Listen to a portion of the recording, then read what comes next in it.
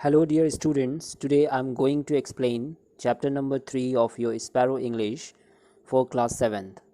And the title of the story is The Return of the Iron Man. And writer name is Ted Haggis. Students, आपने राक्षसों, आत्माओं और भूतों की कहानी तो सुनी ही होगी। क्या आपने कभी आयरन मैन की कहानी सुनी है? इस चैप्टर में हम एक आयरन मैन की कहानी सुनेंगे और ये जानने की कोशिश करेंगे कि गांव के लोग इस मॉन्स्टर आयरन मैन को पकड़ने में कामयाब हो पाते हैं या नहीं। तो चलिए शुरू करते हैं। ये कहानी एक गांव की है जहां एक अजीब घटना घटती है। यहाँ खेतों की मुलायम मिट्टी में विशाल पैरों के निशान दिखाई पड़ते हैं। इस बड़े फुटप्रिंट का साइज़ लगभग एक बेड के साइज़ के बराबर होता है और यह फुटप्रिंट्स गांव के दूसरे खेतों में भी दिखाई पड़ता है। जहां कहीं भी ये फुटप्रिंट्स होता है वहां किसानों के ट्रैक्टर, लोगों के कार, मशीनें और औजार, ये सारी चीज़ें गायब हो जाती हैं। लोग काफ़ी डर जाते हैं। सारा गांव शांत पड़ जाता है।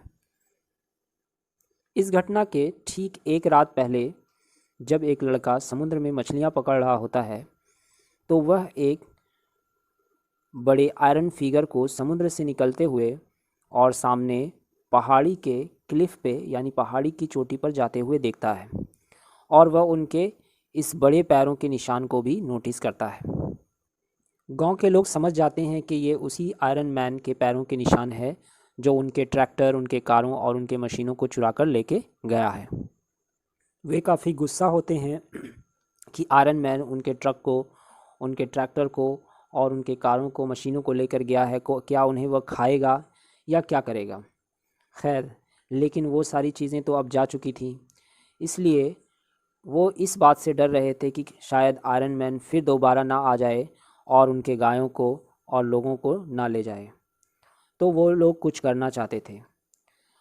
वो पुलिस को इन्फॉर्म भी नहीं कर सकते थे क्योंकि पुलिस उनकी बातों का यकीन नहीं करती। So they have decided to do something for themselves. So what did they do? तो उन्होंने ठीक उसी हिल के नीचे खेत के बीचों बीच एक बड़ा गड्ढा खोदा। गड्ढा इतना बड़ा था कि एक घर के जैसा चौड़ा था और 3 पेड़ों की लंबाई के बराबर गहरा था।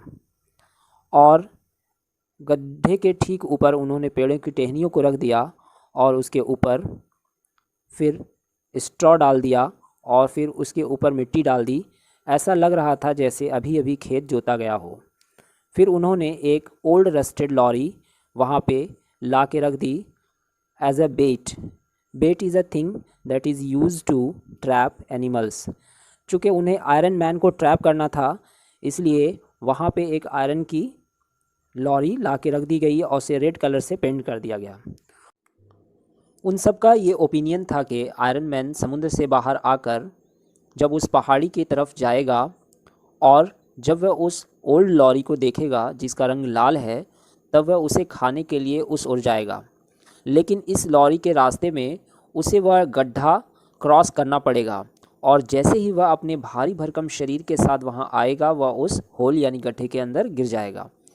और इस प्रकार गांव वाले वहां बुलडोज़र लाकर उसकी सारी मिट्टी उसमें डाल देंगे और उसे गड्ढे में दफना देंगे और वह हमेशा के लिए इस तरह से उस ह्यूज पीट में दफन हो जाएगा।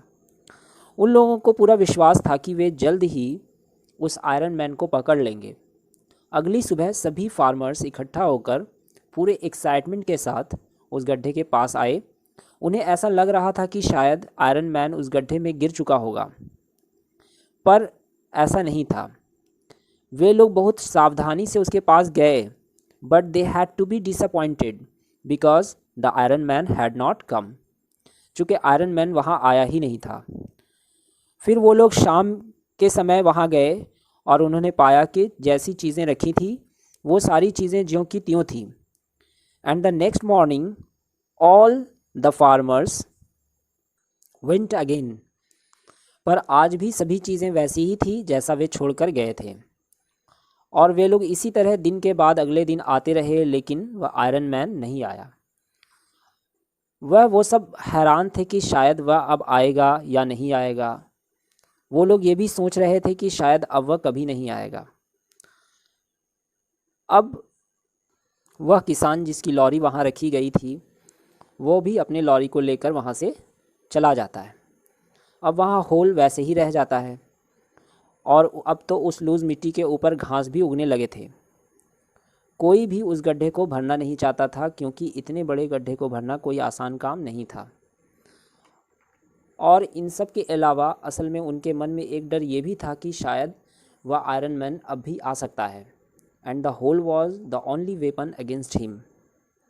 आखिर में उन्होंने वहाँ एक छोटा नोटिस लगा दिया, डेंजर कीप ऑफ, कि यहाँ खतरा है, आप दूर रहें, ताकि उस गड्ढे पे कोई भी बच्चा या कोई भी लोग वहाँ पे ना जाएं और वहाँ गिर ना जाएं। अब इस तरह से कुछ दिन गुजर जाते हैं। Here there is a little boy named Hogarth. एक लड़का है इस कहानी में जिसका नाम होगाथ है। And he had an idea, और उसने एक तरकीब सोची। उसने सोचा कि क्यों ना मैं इस ट्रैप का, इस होल का इस्तेमाल फॉक्स को पकड़ने के लिए करूं।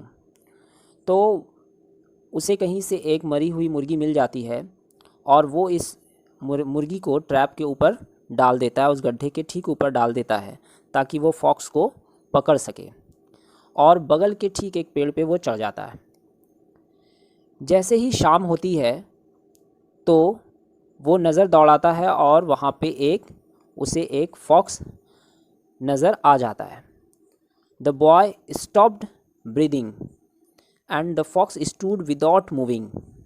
वहाँ पे लोमड़ी बहुत ही चालाकी से खड़ी हो जाती है और वह उस मरी हुई मुर्गी की तरफ गौर से देखती है और उसे स्निफ स्निफ स्निफ सिर्फ सूंघती है, और वो आगे की तरफ एक कदम भी नहीं बढ़ाती है, आगे की तरफ नहीं बढ़ती है।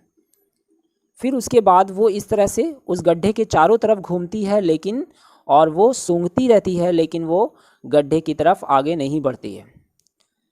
Then the fox stopped sniffing. अचानक से वो फॉक्स रुक जाती है, सूंघना बंद कर देती है, और वो क्या करती है, अचानक वो अपने सर को ऊपर की तरफ करती, यानी पहाड़ी के क्लिफ की तरफ देखती है। और जैसे ही वो बॉय देखता है कि वो फॉक्स ऊपर की तरफ देख रही है, वो भी जब ऊपर की तरफ देखता है तो वो देख करके दंग रह जाता है। वहाँ पे एक काफ़ी there enormous in the blue evening sky there is a enormous iron man. वो आयरन मैन वो पहाड़ी की चोटी की तरफ दिखाई देता है और वो नीचे उतर रहा होता है। In a moment the fox vanished, और उसी समय फिर फॉक्स वहाँ से चली जाती है। होगाथ धीरे धीरे पेड़ से उतरता है और वहाँ से जाने की कोशिश करता है।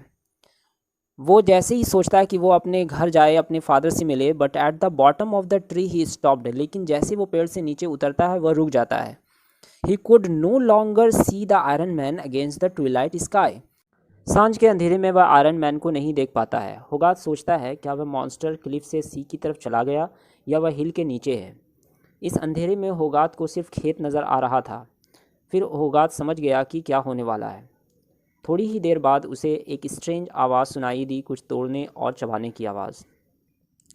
वह मॉन्स्टर फेंसिंग वायर को खा रहा था और वह उसे खाते हुए आगे की तरफ बढ़ता जा रहा था। अगर वो फेंसिंग वायर को खाते हुए आगे नीचे की तरफ उतरता तो वह ट्रैप से, यानी उस गड्ढे तक नहीं आ सकता, क्योंकि वह उस समय उस गड्ढे से काफ़ी दूर था। होगाथ किसी तरह उस मॉन्स्टर को उस ट्रैप तक, उस गड्ढे तक लाना चाहता था। होगाथ को एक आइडिया आया। उसने अपने पॉकेट से एक नेल और एक नाइफ निकाली और उसे टकराया, जिससे मेटेलिक साउंड क्रिएट हुआ। होगाथ को डर भी लग रहा था, फिर भी उसने अपना साहस दिखाया। वह फिर उस नेल को और नाइफ को फिर टैप करता है और फिर से क्लिंग क्लिंग की आवाज़ होती है। ये आवाज़ सुनकर आयरन मॉन्स्टर होगाथ की तरफ देखता है और उसकी तरफ आगे बढ़ने लगता है। As the iron monster is coming towards Hogarth could feel the earth shaking under the weight of his footsteps. होगाथ को अर्थ को हिलते हुए वो फील कर लेता है, चूँकि वो आयरन मॉन्स्टर उसकी तरफ आगे बढ़ रहा था। अब होगाथ और आयरन मैन के बीच सिर्फ उस ट्रैप के बीच इतनी दूरी रह गई थी। लास्ट टाइम फिर से होगाथ ने अपने नेल और नाइफ से टैप किया और लास्ट साउंड क्लिंग क्लिंग की आवाज़ जैसे ही आई वैसे ही एक ज़ोर की आवाज़ उसके साथ आई, crash, and the iron man vanished, और आयरन मैन उस गड्ढे में गिर चुका था। होगाथ ने देखा कि आयरन मैन उस गड्ढे में गिर चुका है और वह स्ट्रगल कर रहा है, और इस तरह उसने वहाँ की ज़मीन को हिलते हुए महसूस किया। फिर वह तेज़ी से दौड़कर अपने घर गया और वह ज़ोर से चिल्लाया, the iron man's in the trap, कि आयरन मैन हमारे जाल में फंस गया है, वह गड्ढे में है। We have caught the iron giant. So this is all about in this chapter students. Students, this is the question answer of the chapter number 3. So note down this question answer. First of all, write down the word meaning, then after write down the question answer.